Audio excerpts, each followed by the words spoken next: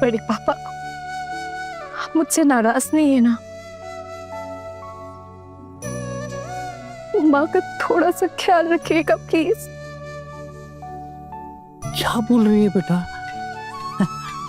इतने दिनों तक तो तुम दोनों माँ बेटी का मैंने ही ख्याल रखा है और देखभाल ही नहीं की है बेटा। तेरी शादी तक कराई और तू ऐसे बोल रही है?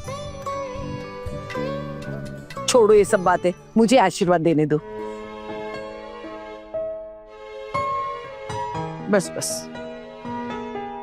अब अच्छे से अपनी घर गृहस्थी संभालना। कोई ऐसी बात दोबारा मत करना जिसकी वजह से हमें खरी खोटी सुननी पड़ जाए। याद रखना, तू जो भी करेगी ना उसका सीधा असर हम पे भी होगा। और बचपन से तो तू हमारे साथ रही नहीं, तेरी परवरिश की जिम्मेदारी तेरी माँ की थी। तो जो भी करना वो ध्यान से करना और हमें किसी बात में मत घसीटना अब, ठीक है? अरे बहू, तुम इसे आशीर्वाद नहीं दोगी क्या? ठीक है ना माँ, अब एक एक करके सबका आशीर्वाद लेने की क्या जरूरत है? वैसे भी इन्हें देर हो रही है।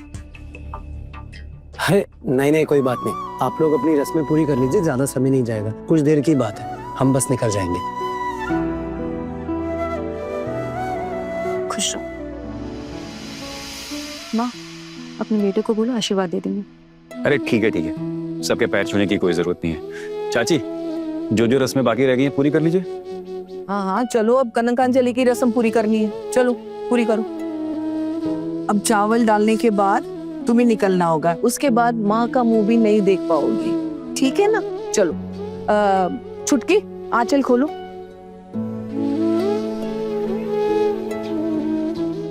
माँ,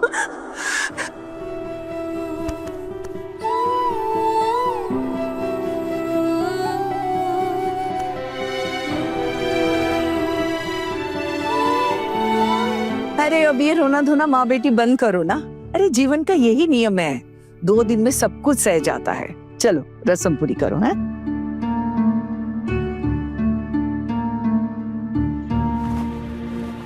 अब माँ के आंचल में चावल डाल और बोल कि माँ, मैंने तुम्हारा सारा कर्ज इस चावल के साथ उतार दिया।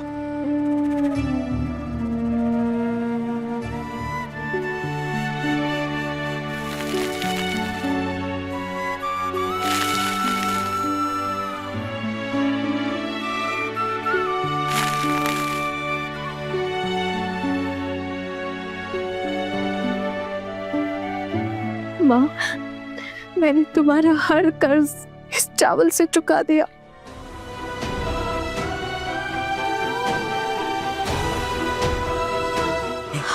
अरे क्या कर रही हो छुटकी?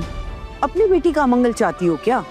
चावल फेंकने के बाद माँ का मुंह नहीं देखते, जाओ अपने कमरे में।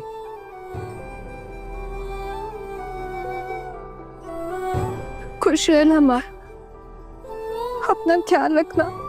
तू भी खुश रहना बेटा।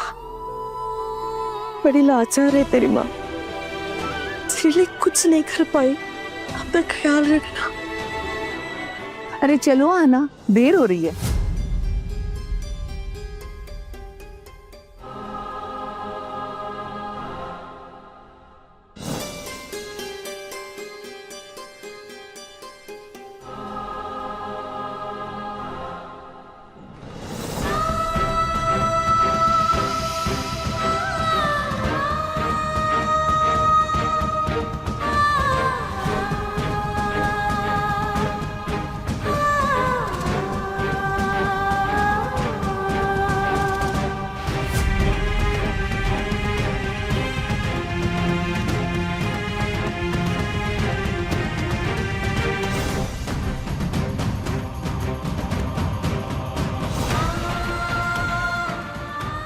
तो कुंद दादा, आपको क्या लगता है माँ हमें घर में घुसने देंगी? छोटू, बड़ी माँ मान तो गई थी कल शादी के लिए, तुम दोनों ने पूरी कोशिश की थी अपनी तरफ से मनाने की। कोशिश तो की थी, लेकिन माँ ने कोई ढंग से जवाब नहीं दिया। सच कहूं छोटू, तो मेरी भी कुछ भी समझ में नहीं आ रहा है, लेकिन बड़ी माँ घर में नहीं घुसने देंगी ऐसा मुझे नहीं लगता। बड़ी माँ शायद मान गई होंगी, इसलिए शायद लौट गई थी।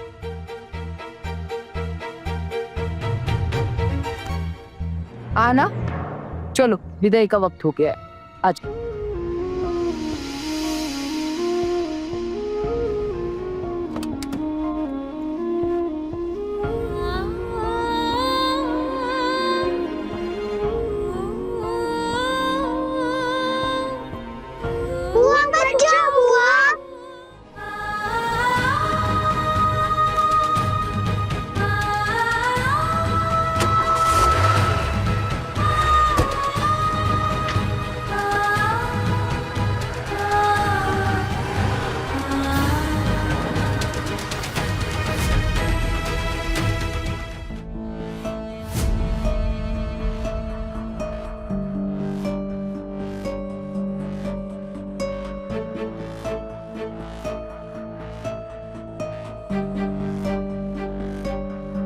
माँ, क्या है, क्या चाहिए? माँ वो मैं बोल रही थी कि उन लोगों के पहुंचने का टाइम हो गया है। अभी आपके बेटे की बात हुई थी अर्जुन से। तो क्या करूं मैं?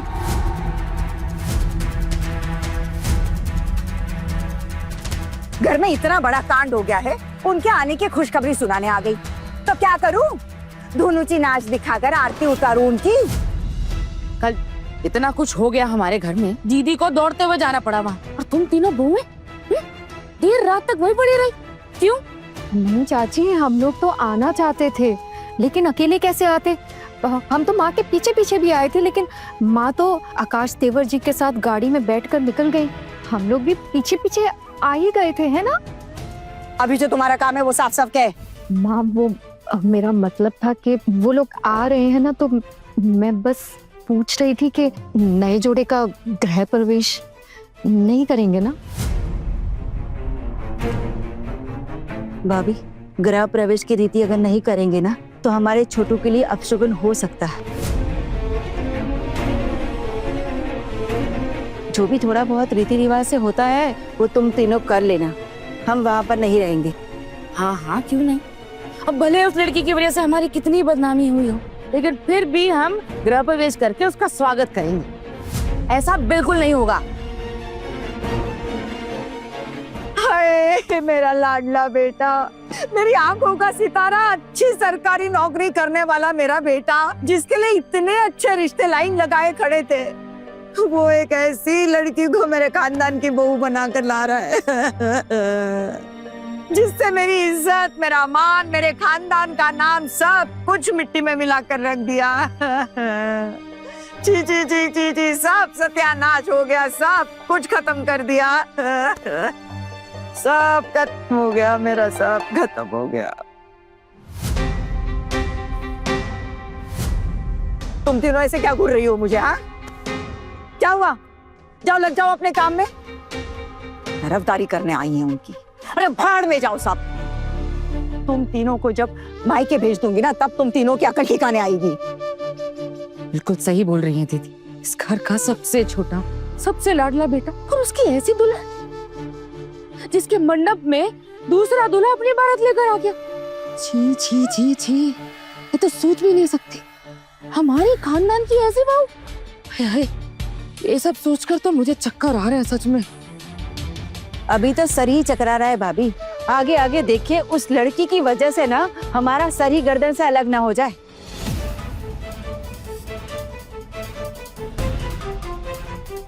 एक बात याद दिला दो ठाकुर जी, मैं दुर्गा देवी, दिवंगत भूपति नाथ सेन की विधवा। जब तक इस घर की बागडोर मेरे हाथ में है, तब तक मैं इस खानदान पर कोई आंच नहीं आने दूंगी। वो तो शादी हो गई है करके उस लड़की को इस घर में घुसने दे रही हूं मैं, लेकिन बहू बनने की शिक्षा मैं उसे खुद दूंगी, क्योंकि मैं अच्छी तरह से जानती हूं कि ऐसी चिड़िया के पर कैसे काटे जाते हैं। सुनो, क्या करने वाली है माँ? बहुत बड़ी गड़बड़ होने वाली है, मुझे तो लग रहा है अभी। मुझे क्या पता, जब से इस घर में बहुएं बनकर आए तब से आज तक शिक्षा ही तो मिल रही है। मुझे क्या लगता है ना दीदी, नई दुल्हन को बहुत बड़ी सजा मिलने वाली है। पता नहीं क्या लिखा है उस लड़की की किस्मत में।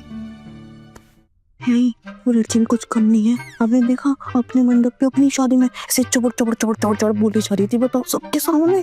जरा सी भी हिचकिचाहट नहीं थी। ऐसे थोड़ा डरना चाहिए ना बोलने से पहले। तो क्या करती वो बेचारी? नहीं बोलती तो देवर जी बारात लेकर वापस लौट आते। फिर क्या होता उस लड़की का? जहां ये तीनों एक साथ आई नहीं कि इनकी गुटर शुरू हो जाती। छोटी, जरूर ये हमारे खिलाफ कोई साजिश कर रही होंगी। नहीं माँ, आप ऐसा क्यों कह रही हैं? हम तो आपको अपनी माँ से भी बढ़कर मानते हैं। ऐसी बात हम आपके खिलाफ सोच भी कैसे सकते हैं? माँ जैसी हैं। वैसे भी गुस्से से मेरा सर फटा जा रहा है। अभी और गुस्सा मत दिलाओ मुझे, जाओ यहाँ से। और नहीं तो क्या, हम लोगों को खूब पता है क्या सोचती हो तुम हमारे बारे में। एक बात साफ साफ कह देती हूँ, उस लड़की से तुम तीनों घुलना मिलना बिल्कुल नहीं। आई बात समझ में? जब तक भाभी उसे सब कुछ पढ़ा लिखा नहीं देती, इस घर के रीति रिवाज नहीं सिखा देते, तुम तीनों उससे दूरी बनाए रखना। और अपने काम से काम रखना। वो डांट पड़ेगी नहीं तो।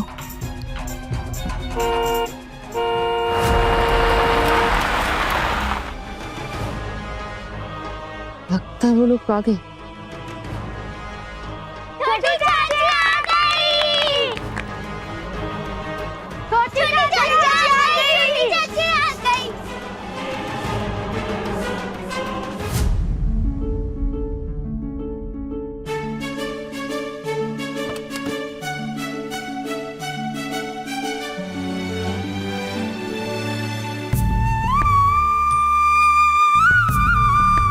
माँ वो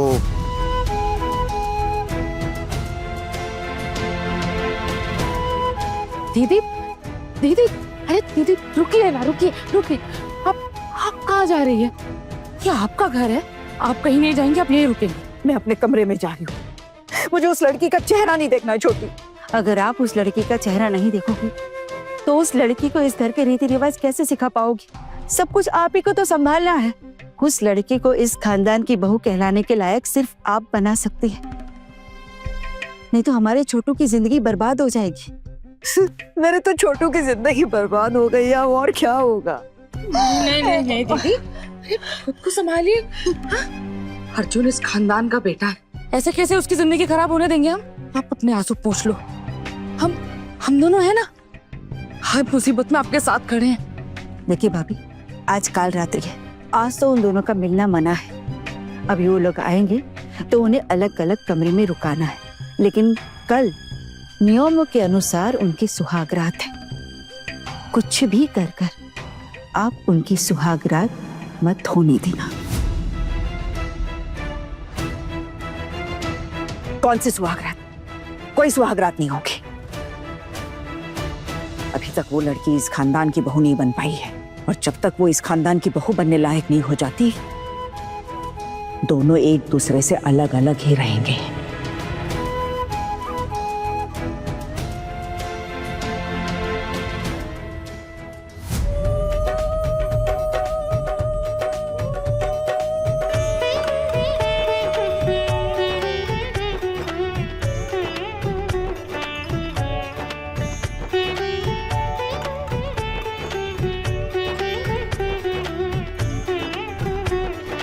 भाभी, बड़ी माँ नहीं आई और बाकी सब लोग, बाबा, बुआ, माँ कहाँ? देवर जी, माँ दुल्हन के गृह प्रवेश में नहीं आएंगी, चाची और बुआ भी नहीं आएंगी, चाचा जी तो कमरे से बाहर ही नहीं आए आज।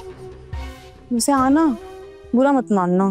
बुरा मानने की बात भी नहीं है वैसे तो, लेकिन कल जो हुआ ना तुम्हारे घर में, उसके बाद ना मामी माँ तो ये सारा प्रोग्राम कैंसिल करने वाली थी। हाँ, लेकिन हमने ना किसी भी तरह जीजी के लिए आज परमिशन ले ली। लेकिन मामी माँ जैसे कल गुस्सा कर रही थी ना, का दुक्का, मुझे तो ऐसा लग रहा था जैसे वो ना तुम्हें हमारे घर की चौखट भी लांघने नहीं देंगी। बताओ। छोड़ो ना दीदी ये सब बातें अभी। हाँ, एक ना एक दिन जरूर सब कुछ ठीक हो जाएगा। तुम बिल्कुल भी टेंशन मत लो, ठीक है ना? ठीक है। अर्जुन दादा जल्दी जाइए, परी को मना लीजिए, का गुस्सा ठंडा कीजिए। से ज्वालामुखी जैसा हाल हो गया है परी माँ का। हाँ, मैं भी यही सोच रहा था कि माँ के पास जाना चाहिए। यहाँ हो गया ना सब कुछ भाभी? देवर जी, अभी कुछ रस्में बाकी हैं, मिठाई भी तो खानी है। ये लो, आना, मुंह खोलो। ये लो देवर जी। नहीं भाभी, मुझे नहीं खाना। देवर जी, रस्म है, करनी पड़ेगी, मुंह खोलिए। भाभी, मैं आपसे कह रहा हूँ ना, मुझे नहीं खाना। मुझे अभी कुछ अच्छा नहीं लग रहा है, प्लीज छोड़ दीजिए। छोटू, ऐसे अच्छा ना लगने वाली क्या बात हो गई? तू आना को ट्रस्ट तो कर रहा है ना, तो बस बाकी कोई भी बात अपने दिमाग में मत रख, और देखना धीरे धीरे सब कुछ नॉर्मल हो जाएगा घर में। भाभी, आप खिलाइए। अरे टुकुन दादा, मैं बोल रहा हूँ ना, मुझे नहीं खाना। आप लोग क्यों जबरदस्ती कर रहे हैं मेरे साथ? मुझे नहीं है मीठा खाने का मन। मैं हाथ जोड़ता हूँ आपके आगे, प्लीज। देवर जी, ठीक है, रहने दीजिए भाभी। हाय छोटी चाची, मेरा नाम मिठाई है। हाय चाची, सोचा था वेलकम के समय दरवाजे रोक कर रखेंगे और घर के अंदर पाँव रखने के लिए टोल टैक्स लेंगे आपसे, पर दादी बहुत गुस्सा है ना, इसलिए पूरा प्लान चौपट। छोटी चाची, दादी ने आपके साथ बात करने से मना किया था, तो भी हम लोग छुप छुप के आ गए। प्लीज आप किसी को बताना मत। अभी ये सब बातें मत करो, अगर दादी ने सुन लिया ना तो बहुत डांटेंगी। आना, अभी थोड़े दिन तो ये सब कुछ चलेगा, इन बातों को दिल पे मत लगाना, ठीक है? अंदर जाके ना माँ का आशीर्वाद लेना, उनको प्रणाम करना, और अगर वो कुछ बोले तो चुपचाप सुन लेना। मंजली, दूध का थाल कहाँ है? वो बोला था ना लेकर आना है, उसमें पहले ये पाँव रखेगी, उसके बाद ही घर में कदम रखेगी। जल्दी से लेकर आओ। हाँ, सब कुछ रेडी है दीदी, चलते हैं अंदर। चलो चलो चलो, आओ।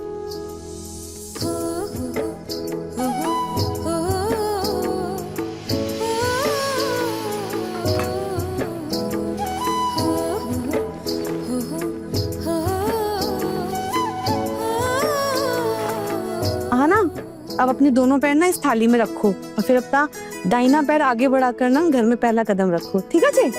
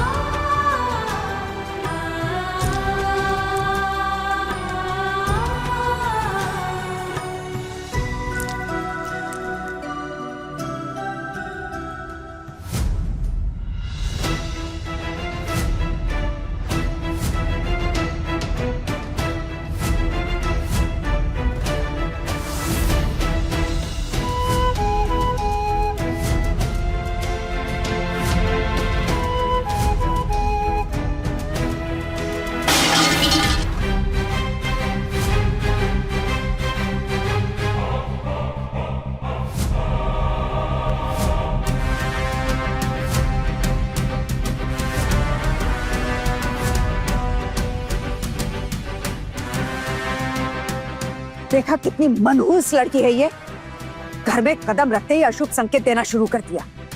पता नहीं कैसे इस घर की बहू बन पाएगी, कहीं ये मेरा परिवार ना उजाड़ दे। बड़ी माँ, पाँव अटक गया था साड़ी में, इसलिए कुछ नहीं होता इन सब बातों से, सब बेकार की बातें हैं माँ। बस टुकुन, कल से बहुत सुनते आई हूं मैं। इस मनहूस लड़की को इस खानदान की बहू बनाने के लिए मेरे हाथ धोकर पीछे पड़े थे ना, देख लिया? बस हो गया सबका अब ये नाटक।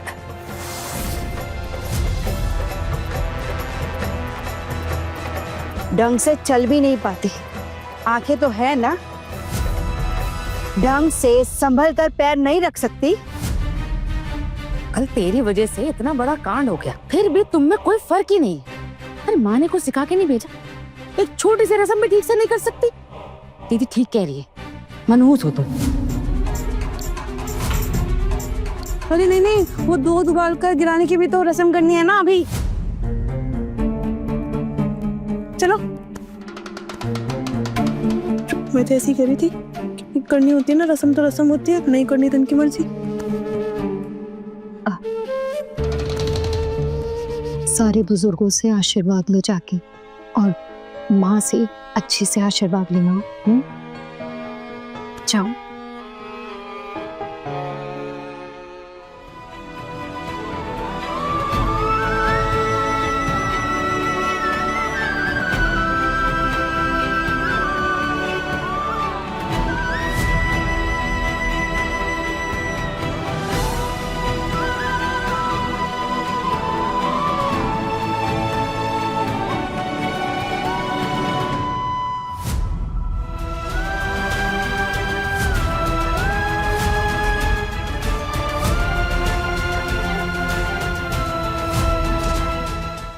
मैंने कहा तुमसे मेरे पाँव छूने के लिए, मुझसे आशीर्वाद लेने के लिए, जो आ गई मेरे पैर छूने। आप भी तो मेरी माँ जैसी है, और अब ये भी तो मेरा परिवार है। मुझे आशीर्वाद नहीं देंगे आप लोग? बस बहुत हो गया, हमारे पैर छूने की कोई जरूरत ही नहीं है। हाँ ना, तुम्हारी छोटू से शादी हुई, इसका मतलब ये नहीं है कि इस घर के लोग तुम्हें सर पे बिठा कर रखेंगे। इस गलत फहमी में बिल्कुल भी मत रहना, समझी? तुम्हारी ट्रेनिंग होगी इस खानदान की बहू बनने की, और वो ट्रेनिंग मैं तुम्हें खुद दूंगी। अगर उस ट्रेनिंग में तुम पास हुई तो ही इस घर की बहू कहलाओगी, वरना तुम वापस अपने मायके जाओगी।